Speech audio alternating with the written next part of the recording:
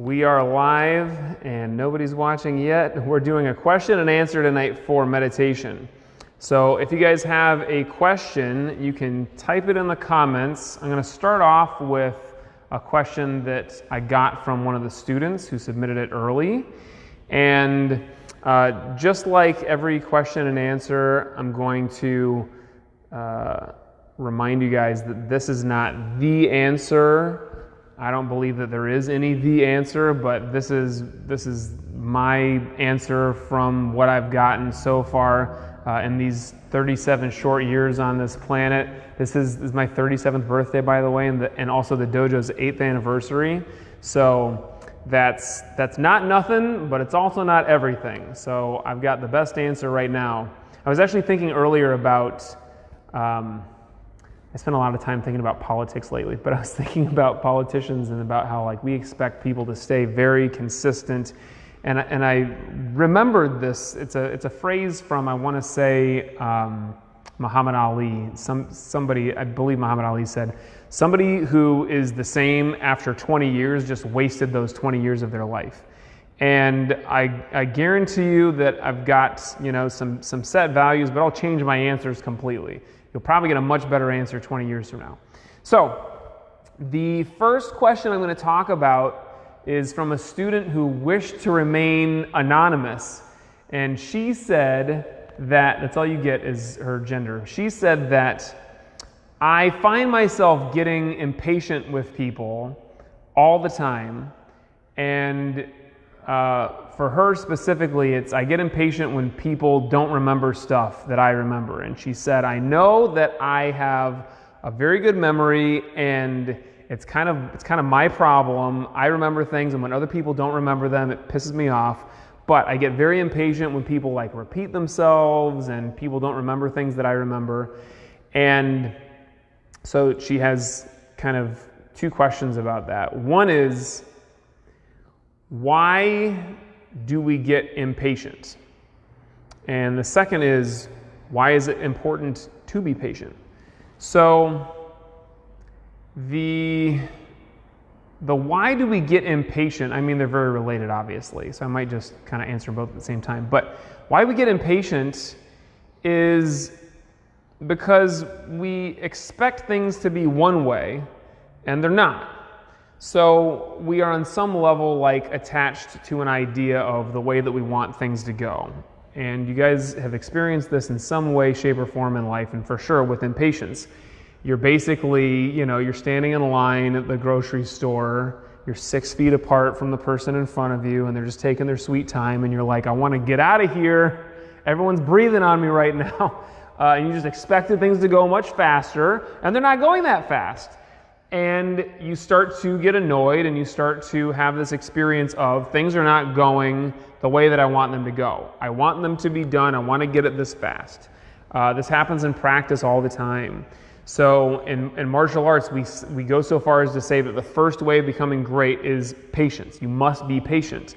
Because if you are expecting yourself to get great at a certain speed, and it doesn't happen, and now I'm going into the second part of the question, why is it important to be patient? If you get impatient with yourself, you will drive yourself crazy. So you're going to recognize that patience, the reason for patience, the purpose of it, is for you. It's not actually really for anybody else. Now, obviously, you're going to have a tendency to be a little bit nicer to people if you're patient. They're probably going to enjoy your company a little bit more, but it is for you to not go nuts.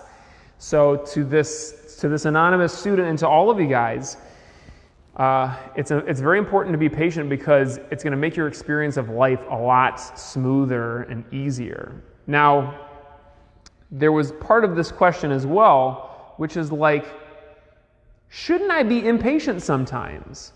Because isn't it true that if I'm just totally patient and I give everybody too much leeway, that I'm going to kind of let people get away with stuff that they shouldn't be getting away with? And that's true.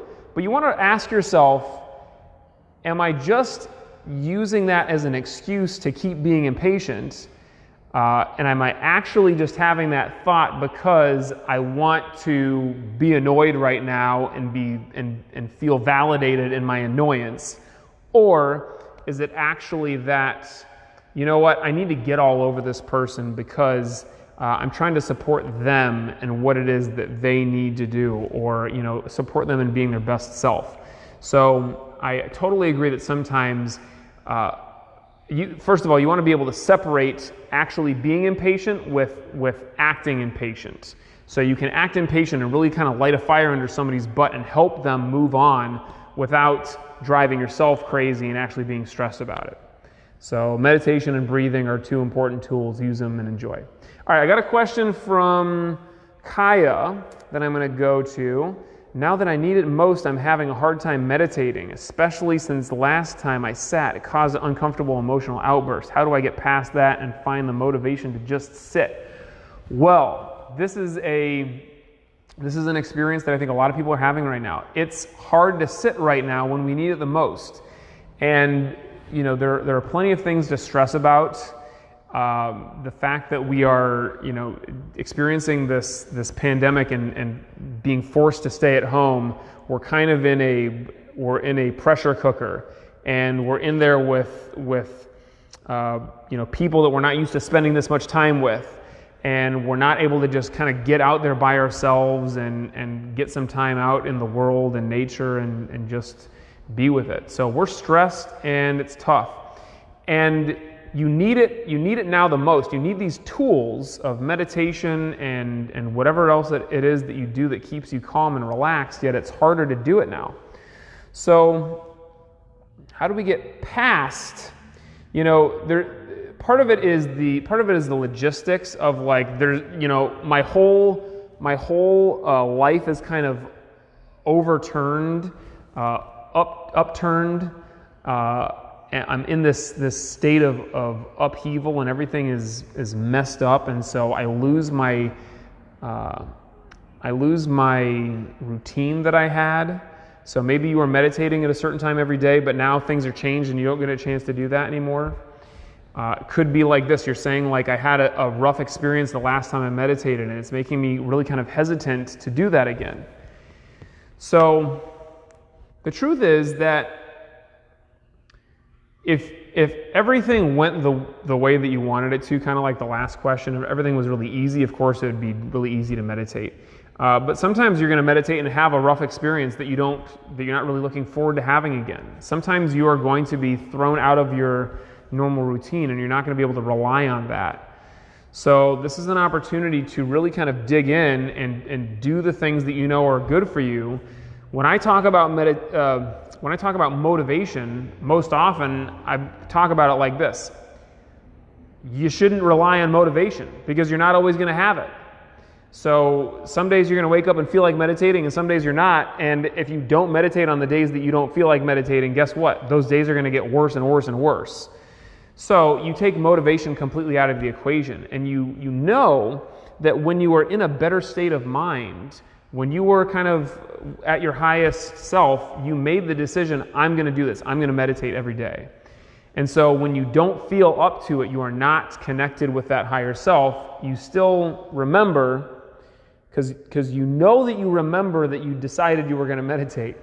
So you say to yourself, I don't feel like it, so what? I'm going to do it anyways.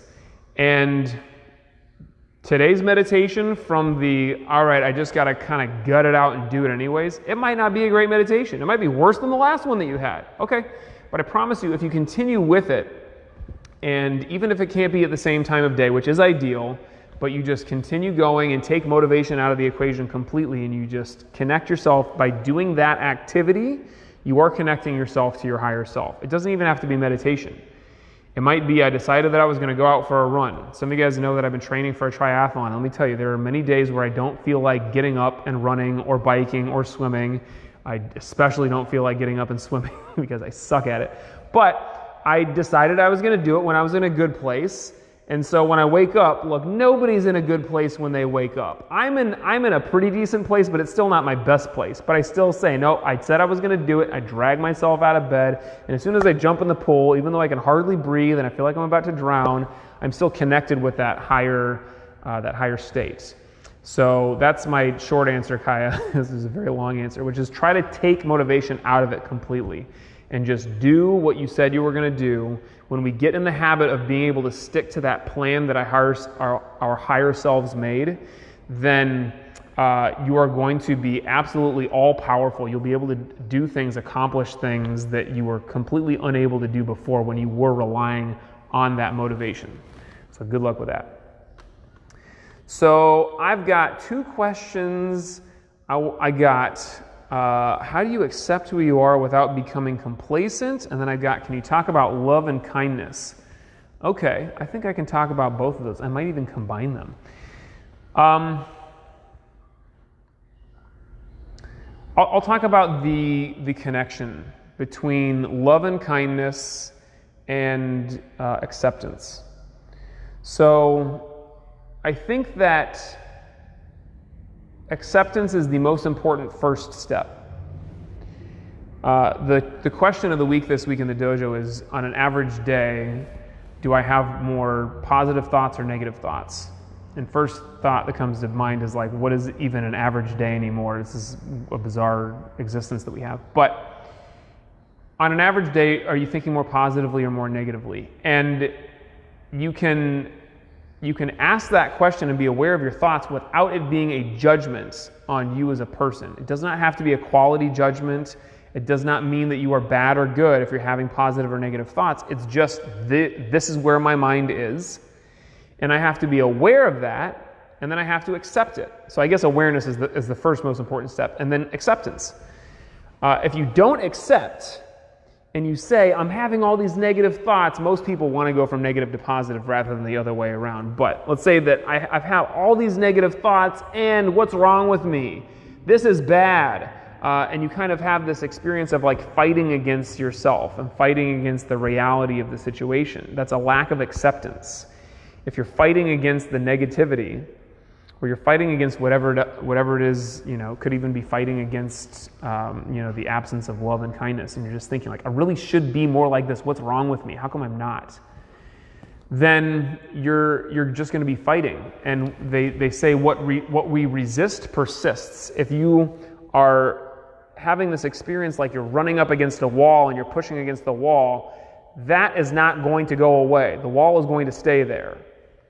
So what you need to do is accept that the wall is there, and you can just walk right up to it and say, okay, here's a wall.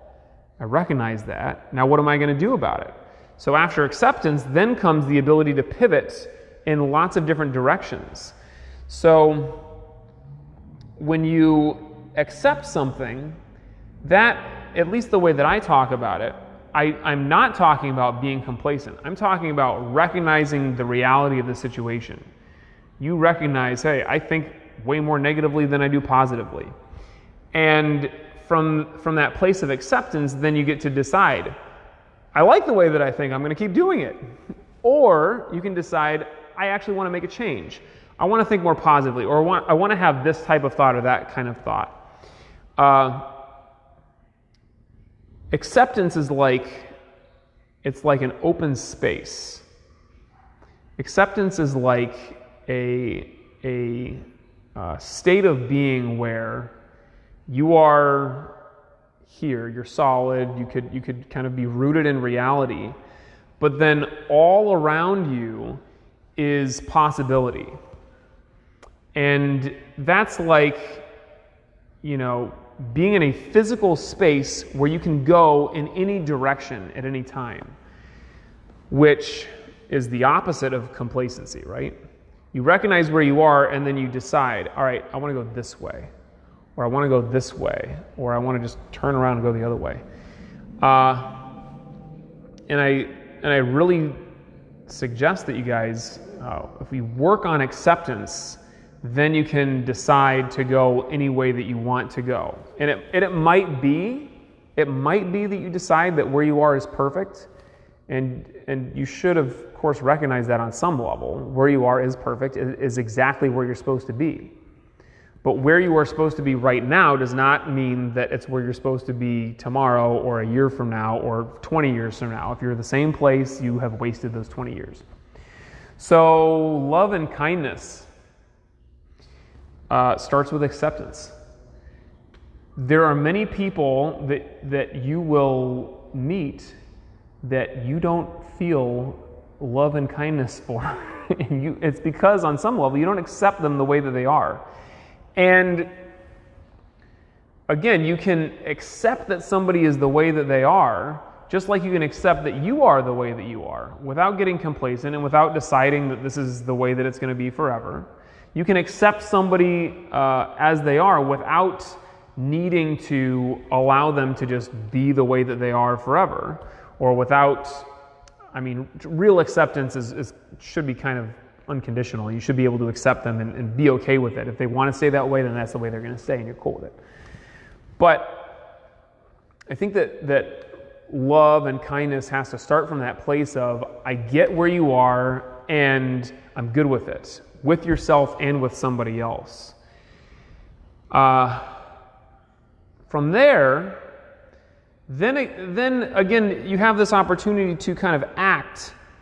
And I truly believe that love is not just something that stays in your own head or in your own heart. It is something that kind of happens in action out in the real world. So if you do accept somebody, loving them or showing them a kindness is going to live out here in the world. And this is something that you do, whether it's something that you say or something that you give that person or whatever it is, from a place of acceptance, you have the opportunity to really see what this person needs. What is it that you can do for them that they need the most? And you should be able to do that for yourself too. If you are completely accepting, that means that you are completely attached, or you're completely kind of standing in reality. And there's nothing in your way, there's nothing extra there. What happens, the reason that we're not able to love each other is because there's something that we have put in between us. We've put a wall, and we have we've got our baggage from the past with this person. We've got all of these thoughts that come in that get in the way. I've told this story many times, but pay attention to it again. This is with my mom. I was getting a phone call from my mom, and I looked down at my phone, and I saw, oh, it's my mom. She's going to complain about this, or she's going to say this, and I was dragging in all of the past and all this baggage that I had about her. And I recognized in that moment that I was doing that. I answered the phone, and she sure enough started talking about the stuff that she normally talks about, which I normally saw as, she's complaining, she's nagging me for this or that. And I went, oh, Mom, I get it. You're saying this stuff because you love me and you want me to have a great life, and you care about me. You want me to have the best of everything that's possible for me. And she was like, yeah, obviously. And in that moment, it was like this wall of past and baggage and all that stuff just disappeared like a puff of smoke, and I was just there, completely in the moment, completely accepting. And I was able to get that and receive that love and acceptance from my mom too. So think about that kind of, I guess it's a step-by-step process. You want to go with awareness first, to recognize what's actually happening and accept it, whether it's you or somebody else. Then you want to go to pivot in whatever direction it is that you want to go in. And love and kindness, I believe for most of us, is going to just naturally come up when we are able to let go of whatever we've put there. And it's very important to recognize that we are the ones that put it there. This other person may have said this or did that, and I'm sure that they've wronged us in so many ways that we can't even name. but we are the ones that turned that into something that is like a real wall, or we are the ones that have made it real for us. So if we can accept them and just let that go, then it'll just happen by itself.